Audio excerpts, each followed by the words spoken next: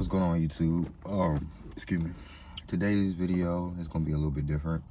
I wanted to talk about a topic. So the topic is talent. I strongly believe that we were all born with a God-given talent. We not only just born with a main talent, we were born with multiple talents that God gives us. And some people are more gifted in athletics, music, public speaking, politics, more academically gifted than others, and a bunch of other stuff. But the reason I want to talk about this is because majority of people, they're trying to figure themselves out. They're trying to figure out what they're good at and stuff like that. And it takes people a while to figure that out. And in my opinion, I feel like the best way to figure it out is do the things that you enjoy, that you're passionate about. Like, it could be anything. That's how I found my gift. And my gifts are, I was good at athletics. I wasn't the best in school. I love to draw. I love to make music. I love pretty much anything artistic. Like, those are things that I was pretty good at, that came almost natural to me. Public speaking, never done public speaking. As a kid, I was very, very shy, but once I start to get closer with somebody, I start to open up and start to act a little bit goofy, start to act a little bit more out there, you know. As I get comfortable, I just be comfortable being who I am, if that makes sense. Talent is something that majority of people think that you're born with, and that is true. But also, you can develop talent. You can become talented at anything. Now, I am an advocate on doing the things that you're good at, but also I'm a huge advocate of doing things outside of your comfort zone, you know. Because we never know what we can do if we don't try, you know. And life is full of mysteries, and I think that's one of the beautiful things about life, is that you never know what's to come, and you never know what you can do. You never know how much you could bring to the world by what you're good at, you know. I never thought in a million years that you can make money off of something you're good at. I never thought in a million years that you can become happy by doing something that you love to do. And I never thought that you can inspire people and lift up people by doing what you love to do, by doing the things that God specifically made you for, you know. And having talent is very beautiful to have, but also is very, very dangerous to have as well. Have you ever realized that the most talented people in the world are the most messed up people? And I'm not just talking about like attitudes and all that other stuff. They suffer the most demons, if that makes sense. Like, they go through the most. They go through the most trials and tribulations. They just go through so much. They go through so many obstacles, so many unfortunate circumstances in their life, just because they're so gifted at what they do, you know. This world is a very crazy, dangerous, cruel world, but at the end of the day, it's what you make out of it, you know. I rely on Jesus. I relied on my faith in Christ to not only protect me, guide me through life, but also expose me to the things that I'm good at. And I'm good at sports. I'm good at making content. I'm good at music. And I'm also good at just creating things. I've always been a creative person, you know. And I want to inspire people that it's great to be born with a certain gift, but it's also important to nurture your other gifts. And we may not know what they are, but that's the beauty of it. We need to figure it out. We need to figure out what else we're good at, you know? Because you can run into somebody that is extremely talented at basketball, and that's all they know. All they know is just basketball, basketball, basketball, basketball. They work on their game 24/7, every single day, taking no days off. All they is worried about is just basketball. And you ask them what they like to do outside of basketball, and majority of hoopers, they don't know what they like to do outside. You would like majority of them, like you would hear they like to just hang out with their families, listen to music, stay in the house, not just chill, just not do anything. And there's nothing wrong with that. That's totally fine. But they don't have any other stuff, like other activities that they want to do. You know what I'm saying? And it's like, I was watching something. I was watching an interview with Gilbert Arenas, and he was asked, if I could remember correctly, he was asked why NBA players, when they retire, they go through depression and all that other stuff. It's because all they know is basketball. When they can't do that no more, they don't know who they are. They feel like basketball is their whole entire identity. And that's the dangerous part of talent.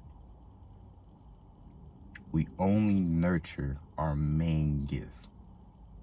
And I'm not saying to not nurture your main gift that God gave you. I'm saying not only to nurture that gift, but nurture your other gifts. And the other gifts that you want to nurture are the gifts that can become also your main gift, if that makes sense. Because let's be realistic, not everybody's going to become a professional athlete. Not everybody's going to become a music artist. Not everybody's going to become the president of the United States. Not everybody is going to have a successful business.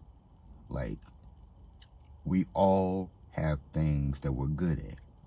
And the things that we're good at may not always be the path that God wants us on. Yeah, he may gift you to be a very talented singer, but that don't mean you're going to become the greatest singer of all time. And that don't mean you're going to become the next Michael Jackson, the next Beyonce, Whitney Houston, and all that other stuff. That may not be in the plans that God has for you. You know what I'm saying? And I'm not saying that to downplay anybody's dreams and all that other stuff. I'm saying this is because we focus so much on the main gift instead of seasoning the other gifts that we had, instead of nurturing the other gifts that we have. I'm sorry, but yeah. So, like I said, nurture all your gifts. Nurture all your gifts, because at the end of the day, life is precious. Life is very beautiful, but also life is very dangerous, and it's very cutthroat. It's very cutthroat. We're around people that care about us, and we're also around people that don't give a fuck about us.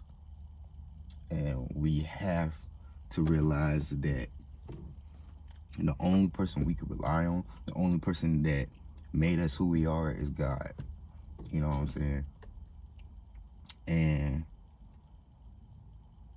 I'm a person that's still trying to figure himself out, still trying to be better every single day, still struggling with personal things. But I know one day my story is going to be beautiful to tell, to to tell one day, keep second guessing myself, to tell one day to my future family, people that I know, and hopefully with my YouTube audience, that you can overcome anything. And a little quick story, I was a really gifted track athlete. I was really gifted in that, but what made me not go further with track is 3 reasons. One, I wasn't strongly in love with it as I was with basketball. Number 2, I just strictly relied on my God-given gifts. I didn't started working really hard until like the end of my junior year of high school. Number 3, I didn't want to continue to compete for something that only comes around every 4 years. And then what is that I'm talking about? The Olympics, obviously. Let's say if I made it to the Division I level and worked my butt off and accomplished a lot at the collegiate level and had a chance to go pro. You're telling me the only time I'm going to showcase all my hard work and all that other stuff is an event that only comes around every 4 years. 4 years. And there's a small % chance of me winning a gold medal. Like winning the whole entire thing. And no matter what event I decide to do. It's a small % chance of me winning that medal. And not only winning the medal, but having an unbelievable time. I didn't want to do that to myself. And there's no disrespect to sport, and there's no disrespect to the athletes that do that. Because I'm a big advocate of track and field. I love track and field. I may not be passionate to continue to compete, but I'm still passionate about the sport in general. That's why it's one of my 3 favorite sports of all time. I felt like I had more to offer than track, if that makes sense. And me trying to stay on topic, it's like, I feel like I could do more, I could bring more to life than just my athletic ability. YouTube, acting, music, me starting my own business, me trying to do things out my comfort zone, like me trying to become an illustrator. There's so many things that I enjoy doing besides competing. And there's so many things that I want to accomplish outside of sports. You see what I'm saying? And I was extremely gifted at track. I was. I'm not going to sit here and say that I was the best to ever come in my school and all the other stuff, because that wasn't the case. I'm sitting here and saying that I didn't nurture my main gift as much because off of the simple fact I wasn't really passionate about competing at the next level anymore.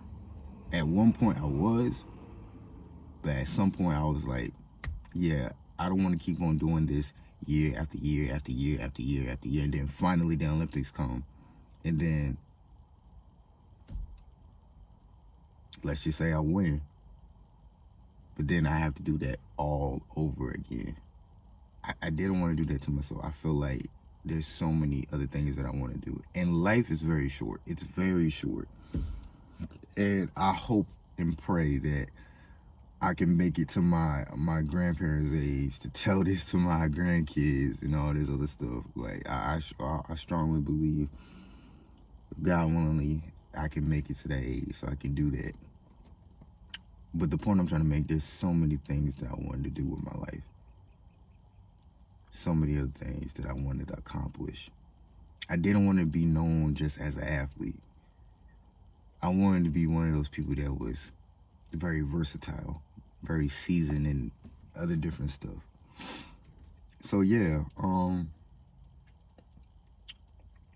last thing I want to talk about when it comes to talent, you're going to have people that are way better than you. You're going to have people who are way better at you at anything that you do. There's always going to be a better basketball player than you. There's always going to be somebody faster than you. Somebody's going to be more strong than you. There's always going to be somebody more good looking, more academically gifted.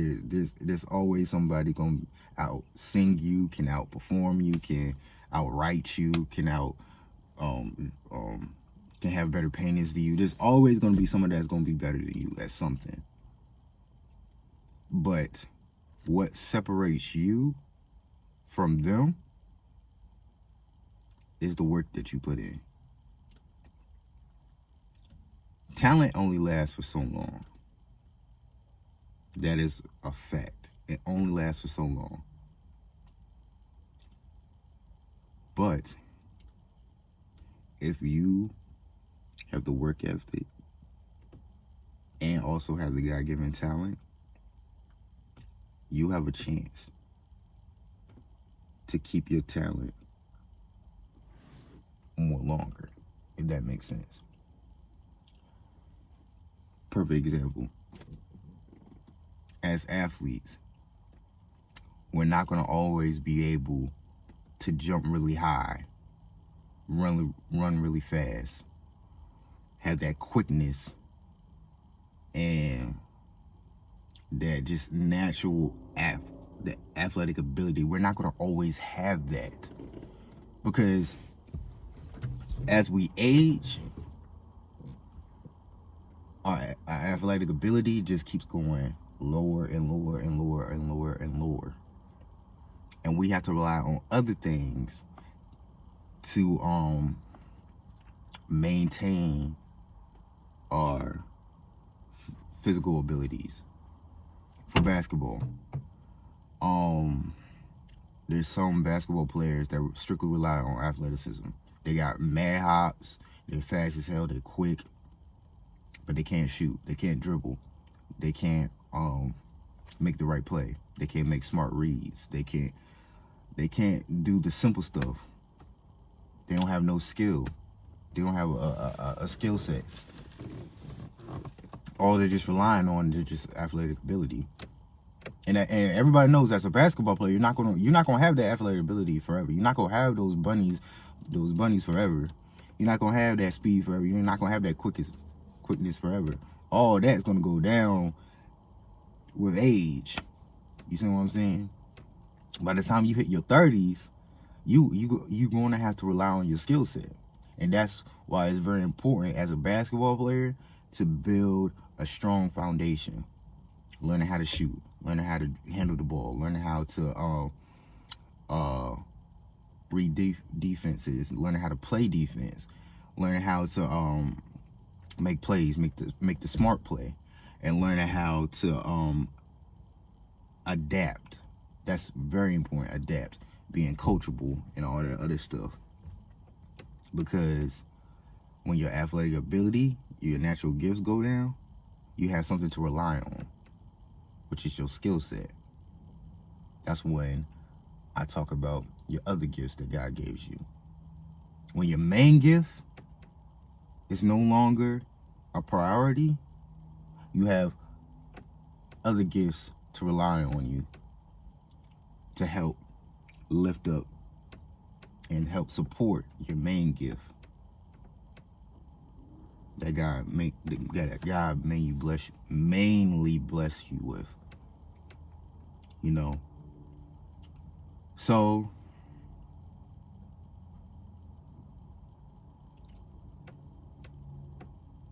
nurture all your gifts that God gave you. Nurture your main gift and your other gifts. If you do that, I promise you, You won't be depressed. You won't be devastated when your main gift is no longer working for you. Okay? My main gift. It's been a beautiful ride using this gift, but I have plenty of other gifts that I can do. Plenty of other stuff that I can do. Plenty of things that I can achieve in life. You see what I'm saying? And to end on it, if you come across a person that's more gifted than you in whatever thing you want to do, my advice to you is just to simply outwork them. Because if you are a music artist and you love to sing, but you come across somebody that has more vocal range, that can sing their heart out, and you don't have the vocal range. You can hold a note, but you don't have the vocal range like that person, but you're passionate about singing. What separates you from that person that is naturally gifted is just to simply just outworking them. Warming up your voice, preparing your voice, working on your range, working on things outside of your comfort zone, singing outside of your comfort zone, doing things that the average person is not willing to do, especially the most talented person in the room. 9 times out of 10 is not willing to do. And that's the case with mostly talented people. I was one of those people. I was extremely gifted at track, but didn't have the work ethic to match with it until late in my high school years, when I didn't have any offers, didn't have the best grades, and I didn't compete at Division I. Even though I, deep down, I wanted to, but at the same time, it was like I was perfectly okay of not doing it at all anymore.